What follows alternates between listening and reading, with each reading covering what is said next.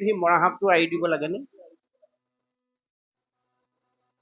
ষষ্ঠীৰো পিছলৈ পৰা সজ্জনৰ যে বুঢ়ে নাও বুলি কৈছে, গতিকে সেই পৰীক্ষিত অনুযায়ী সেই মৰা সাপটো ধনুৰ আগেদি আনি শ্ৰমিক মুনি ডিঙিত যদি নিদিলেহেঁতেন, শ্ৰমিক মুনিৰ পঞ্চবয়সীয়া পুত্ৰ চিংগি মুনিয়ে যদি কেনেবাকৈ কথাটো গম পায়, সেই পৰীক্ষিত ৰজাক 7 দিনৰ ভিতৰত তক্ষকে দংশন কৰিব বুলি হাত নিদিলেহেঁতেন, তেতিয়াহ'লে মহাবৈকুণ্ঠৰ কল্পতৰু শাস্ত্ৰ ভগৱন্তৰ প্ৰত্যক্ষ বাগ্ময় মূৰ্তি মহাবৈকুণ্ঠৰ পৰা মধ্যলৈ নামি নাহিলেহেঁতেন।